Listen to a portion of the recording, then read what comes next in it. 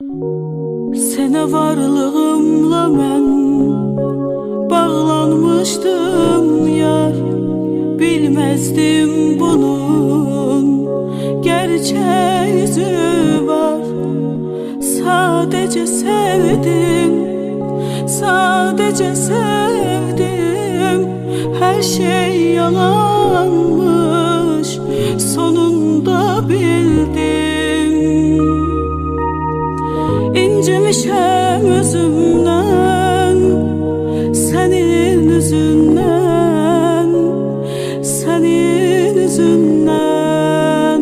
Yar, sevməməlidim çox, səni özümdən, səni özümdən.